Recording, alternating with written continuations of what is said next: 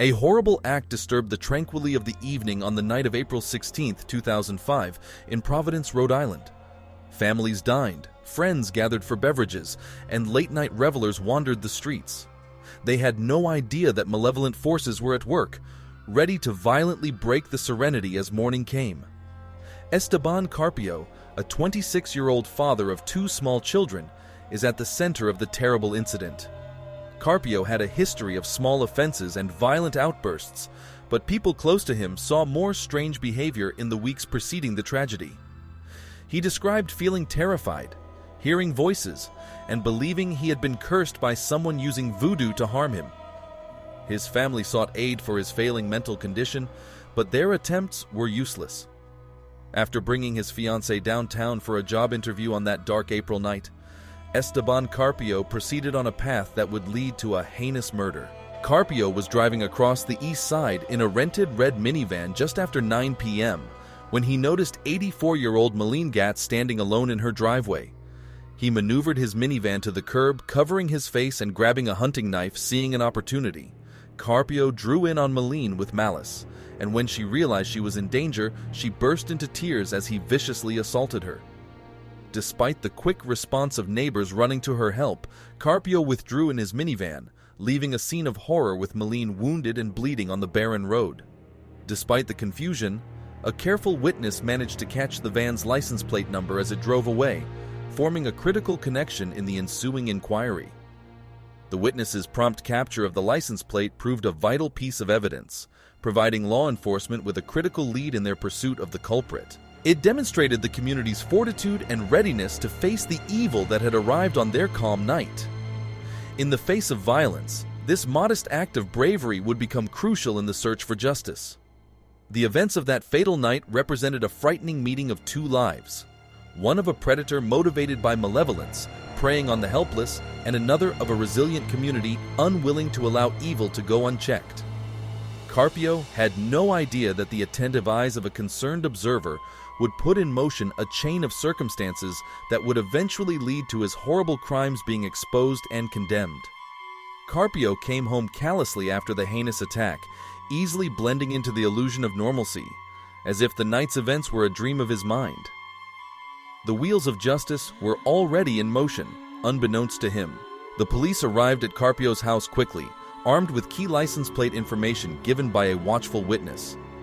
Carpio was detained for interrogation and first supplied a bogus name in an attempt to conceal his identity. However, as evidence mounted against him, his masquerade began to unravel. A vital crossroads came during an unexpected hiatus in the interview process, in a surprising twist of fate.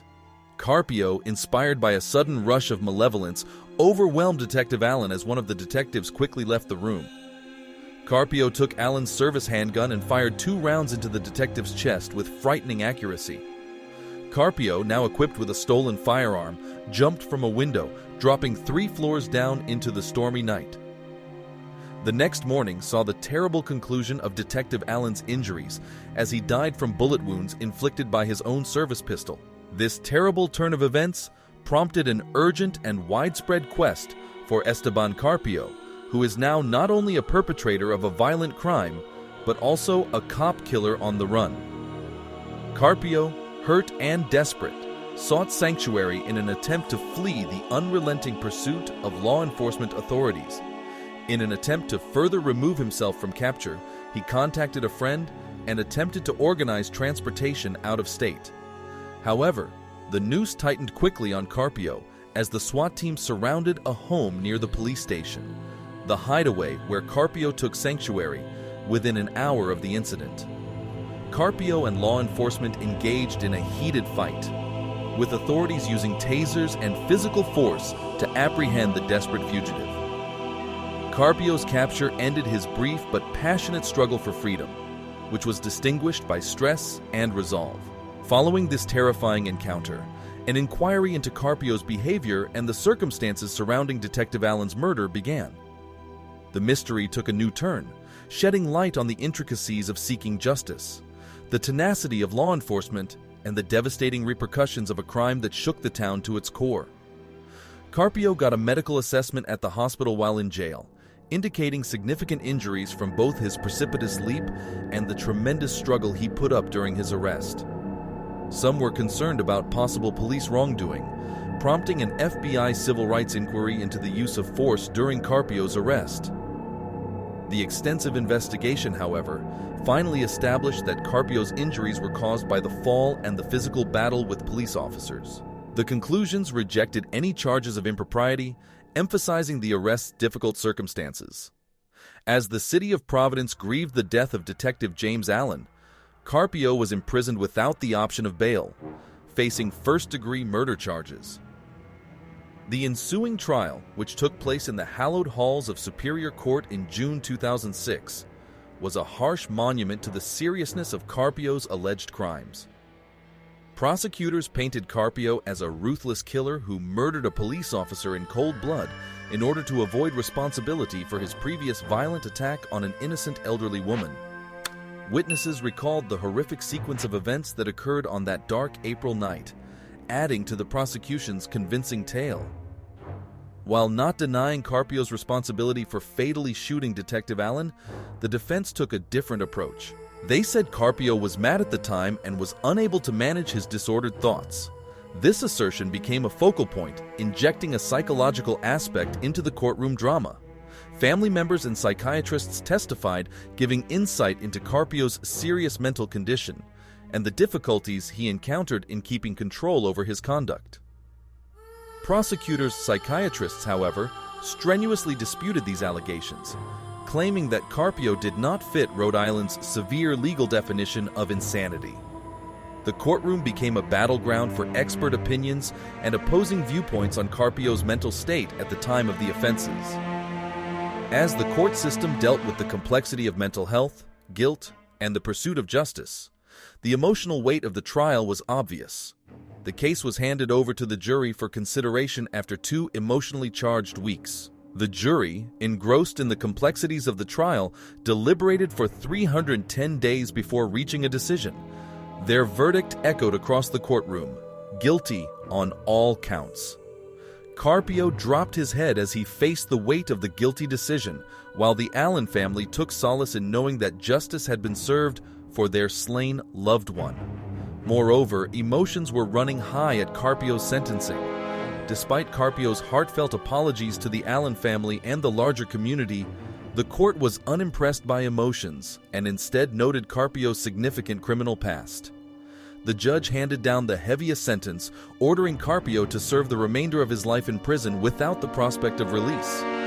As the legal chapter concluded, the city of Providence dealt with the fallout from a heinous act.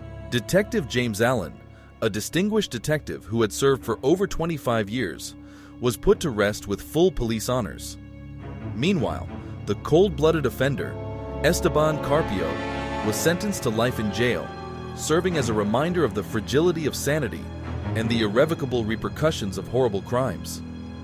After weathering the storm of sorrow, Rhode Island went ahead, with Detective Allen eternally recognized as a hero and Carpio relegated to the shadows of his misdeeds. The trial concluded after 2 emotionally charged weeks when the case was turned over to the jury. After a 310-day deliberation period, the jury returned a definitive verdict: guilty on all charges. Esteban Carpio bent his head in the courtroom, feeling the weight of the guilty decision as the Allen family, who had waited for justice for so long, cried with relief. Emotions were apparent in Carpio's sentence. He addressed the bereaved family and community of Detective James Allen, expressing contrition and realizing the seriousness of his conduct. Despite the heartfelt appeal, the judge issued a tough and inflexible sentence, unmoved by emotion. The judge gave the highest sentence allowed: life in prison without the possibility of release, citing Carpio's significant criminal past. As the judicial process came to an end, the people of Providence gathered to say their final goodbyes to Detective James Allen, a cherished hero. Hundreds of people gathered on the streets to pay their respects to the slain cop, whose legacy will live on in the hearts of those who knew him. Meanwhile, Carpio, the cold-blooded perpetrator of the community's terror, found himself confined to a jail cell, doomed to a life of seclusion. Rhode Island was at a crossroads as it dealt with the enduring effects of this horrific tragedy. The community, traumatized by Carpio's acts, found peace in the justice given to Detective Allen. The city's destiny would be shaped by the community's desire to heal and rebuild, with the hope that Detective James Allen's legacy would live on as a symbol of perseverance and the victory of justice. Well, that's it for today. Make sure that you like and subscribe to our channel for more amazing videos. Thanks for watching the video. We'll see you at the next one.